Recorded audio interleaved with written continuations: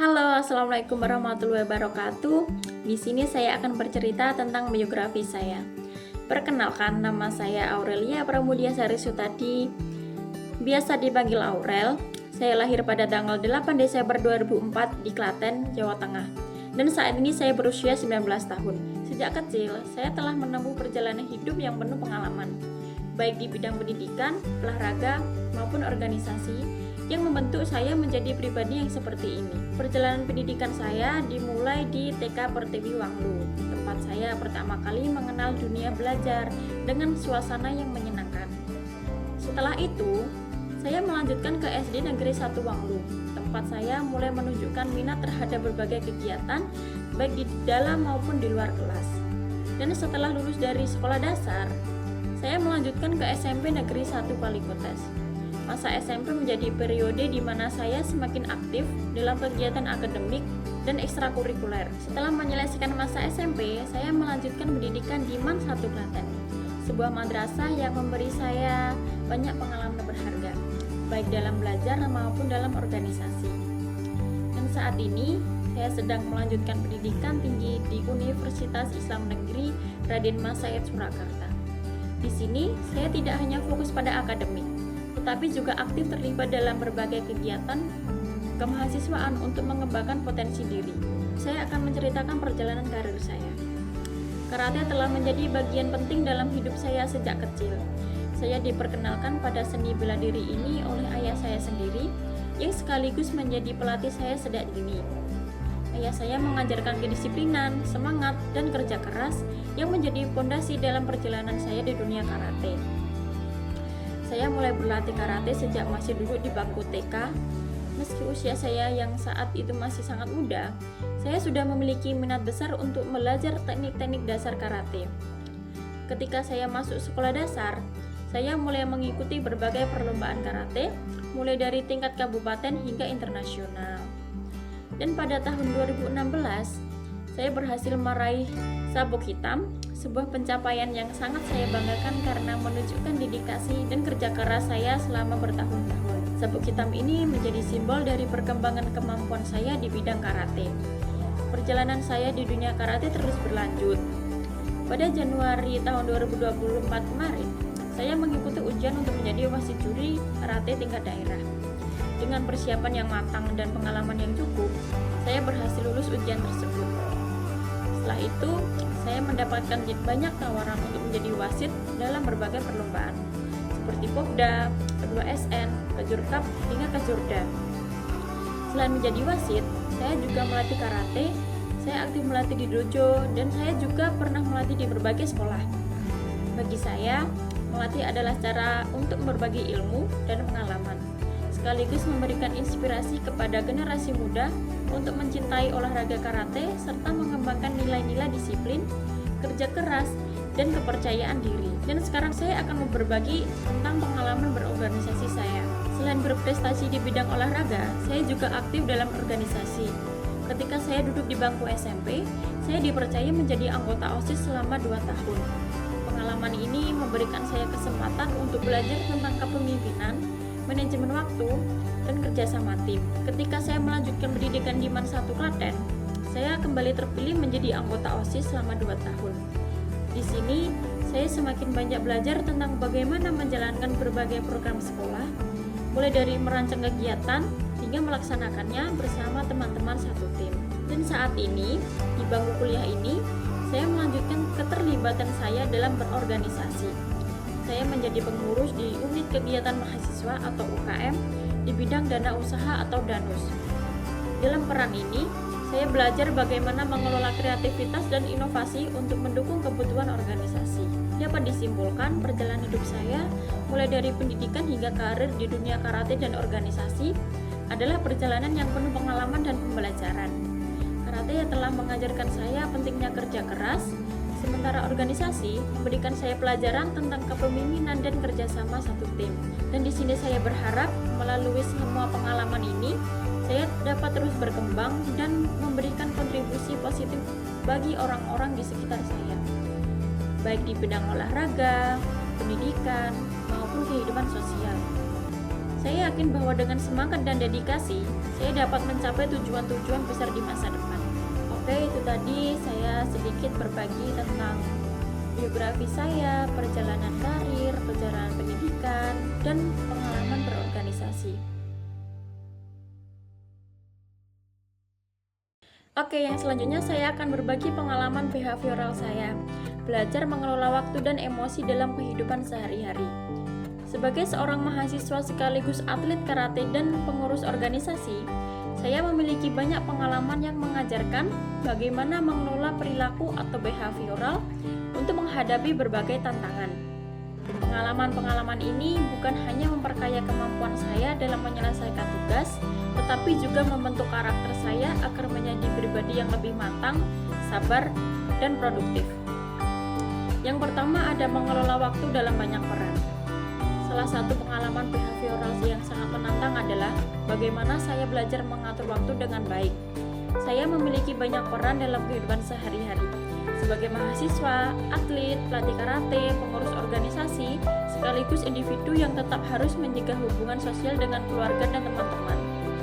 Ada kalanya saya merasa sangat kewalahan, terutama ketika jadwal kuliah bertabrakan dengan jadwal latihan atau kegiatan organisasi. Misalnya, saat saya sedang mempersiapkan diri untuk menjadi wasit karate tingkat daerah, saya harus siap tetap menjalani tugas sebagai mahasiswa yang menghadapi ujian akhir semester.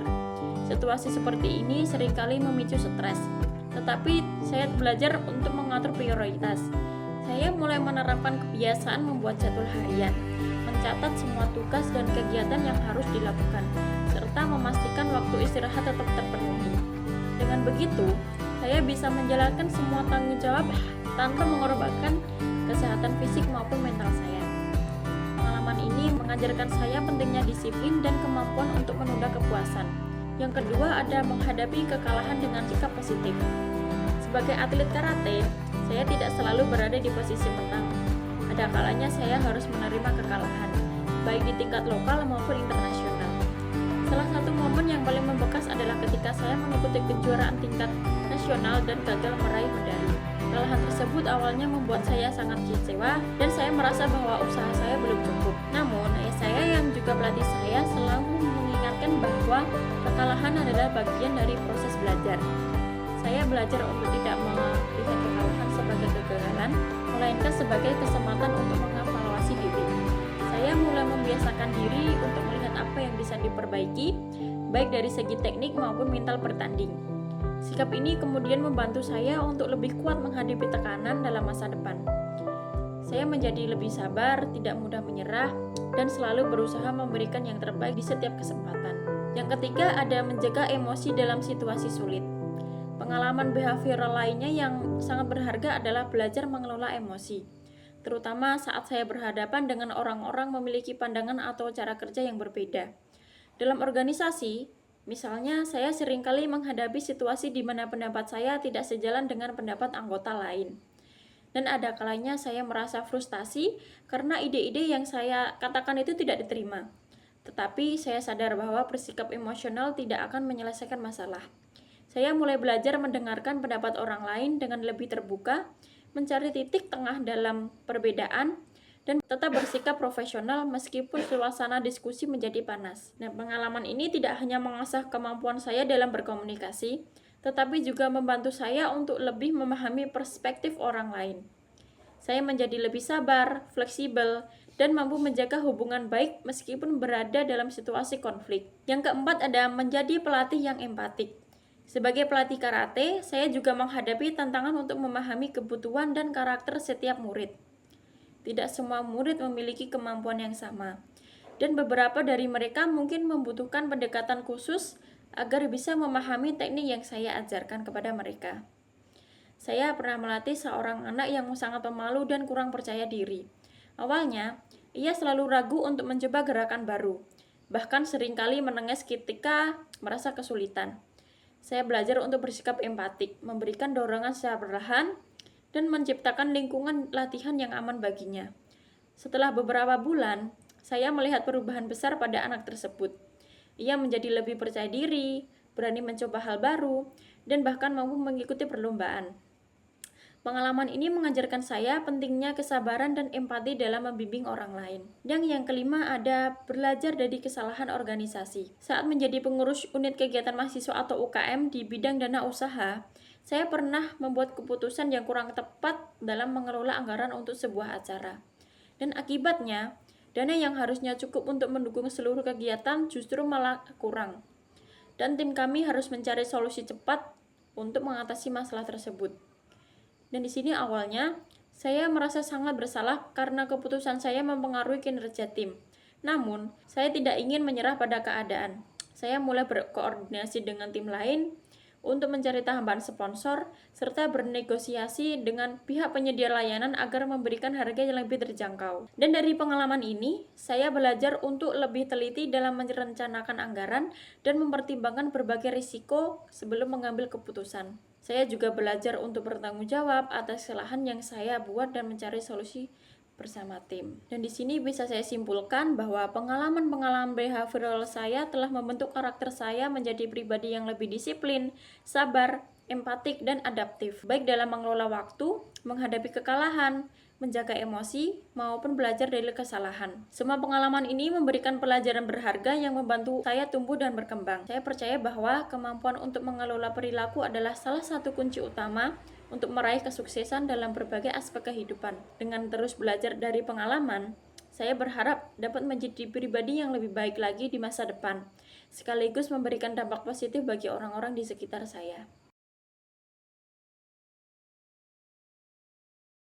Oke, di sini saya akan membagi pengalaman reflektif, emosional, and transformatif atau RET. Sebagai seseorang yang aktif dalam berbagai bidang, mulai dari akademik, olahraga, hingga organisasi, saya memiliki banyak pengalaman yang mengandung unsur reflektif, emosional, dan transformasional. Pengalaman-pengalaman ini tidak hanya memberikan pelajaran berharga, tetapi juga membantu membentuk karakter dan pandangan hidup saya. Yang pertama ada pengalaman reflektif, mengambil pelajaran dari kesalahan. Di sini salah satu pengalaman reflektif saya terjadi ketika saya baru mulai menjadi pelatih karate di sebuah dojo. Sebagai pelatih muda, saya merasa sangat bersemangat untuk mengajarkan semua yang saya tahu kepada murid-murid saya. Di sini, namun, saya pernah melakukan kesalahan besar ketika memberikan latihan fisik yang terlalu berat bagi murid-murid yang pemula. Akibatnya, beberapa murid merasa lelah secara fisik dan kehilangan semangat untuk mengikuti sesi latihan berikutnya. Dan pada saat itu,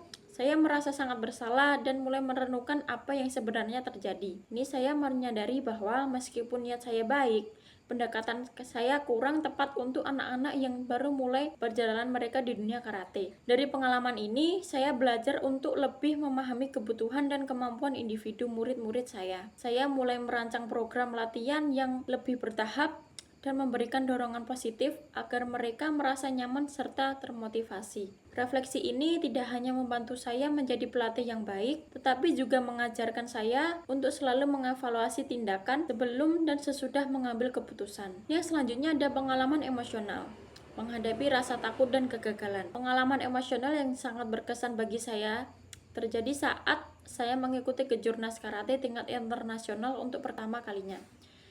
Saat itu, saya merasa campuran emosi yang sangat intens, gugup, cemas, sekaligus tidak bersemangat. Ketika pertandingan dimulai, saya melakukan kesalahan teknis yang menyebabkan saya kalah di babak awal. Kekalahan tersebut memukul saya cukup keras. Saya merasa kecewa pada diri sendiri, bahkan sempat berpikir untuk berhenti berkompetisi. Namun, dukungan dari keluarga, teman, dan juga pelatih saya membantu saya untuk bangkit dari perasaan tersebut. Mereka mengingatkan saya bahwa kekalahan adalah bagian dari perjalanan untuk menjadi lebih baik. Pengalaman emosional ini mengajarkan saya untuk tidak terlalu larut dalam rasa takut dan kegagalan. Saya belajar bahwa emosi, baik positif maupun negatif, adalah hal yang wajar dalam setiap perjalanan hidup. Yang terpenting adalah bagaimana kita mengelola emosi tersebut untuk tetap melangkah maju. Dan yang terakhir adalah pengalaman transformatif, menjadi wasit dan melatih generasi muda. Pengalaman paling transformasional dalam hidup saya ketika saya lulus ujian wasit juri karate tingkat daerah pada Januari 2024. Momen ini bukan hanya menjadi tonggak pencapaian karir saya, tetapi juga membawa perubahan besar dalam cara saya memandang olahraga karate. Sebagai seorang wasit, saya belajar untuk bersikap objektif, adil, dan profesional dalam setiap pertandingan. Saya harus mampu mengendalikan diri dalam situasi yang penuh tekanan, terutama ketika menghadapi protes dari pelatih atau penonton. Hal ini mengajarkan saya untuk menjadi individu yang lebih tegas namun tetap berempati. Selain itu, pengalaman melatih generasi muda di dojo maupun di sekolah-sekolah juga sangat mengubah cara pandang saya terhadap tanggung jawab saya. Saya menyadari bahwa menjadi seorang pelatih bukan hanya soal mengajarkan teknik, tetapi juga membentuk karakter anak-anak agar mereka tumbuh menjadi pribadi yang percaya diri dan disiplin. Dan melalui peran ini, saya merasa memiliki kontribusi nyata dalam membantu anak-anak mencapai potensi terbaik mereka. Pengalaman ini memberi saya rasa kepuasan dan tujuan hidup yang lebih besar, sehingga saya semakin termotivasi untuk terus berkembang dan belajar. Dan di sini dapat saya simpulkan pengalaman RET saya telah membentuk saya menjadi pribadi yang lebih dewasa, tangguh, dan penuh empati. Dari refleksi terhadap kesalahan, saya belajar untuk selalu mengevaluasi tindakan saya. Dari momen emosional, saya belajar untuk mengelola perasaan dan tetap bangkit dari kegagalan. Dan dari pengalaman transformasional, saya menemukan arti tanggung jawab yang lebih dalam. Pengalaman-pengalaman ini membuat saya percaya bahwa setiap peristiwa dalam hidup, baik yang menyenangkan maupun yang sulit, memiliki makna dan pelajaran yang bisa diambil. Dengan terus merefleksikan diri, mengelola emosi, dan bertransformasi, saya yakin dapat menjadi individu yang lebih baik dan memberikan dampak positif bagi lingkungan saya. Oke, itu tadi saya telah berbagi cerita tentang pengalaman RET saya dan pengalaman behavioral saya. Oke, di sini saya akan menyampaikan kata-kata mutiara sekaligus penutup. Setiap hari adalah kesempatan baru untuk belajar dan tumbuh. Sebagai mahasiswa, kamu memiliki peluang untuk mengembangkan potensi dirimu yang sebenarnya. Jangan ragu untuk mengejar impianmu, walaupun jalan menuju kesuksesan tidak selalu mudah. Teruslah belajar, berjuang, dan beradaptasi. Karena masa depanmu sangat tergantung pada apa yang kamu lakukan pada hari ini. Oke, itu semua tadi yang bisa saya sampaikan. Terima kasih atas waktunya. Mohon maaf bila ada salah kata maupun kalimat yang saya sampaikan. Saya tutup. Wassalamualaikum warahmatullahi wabarakatuh.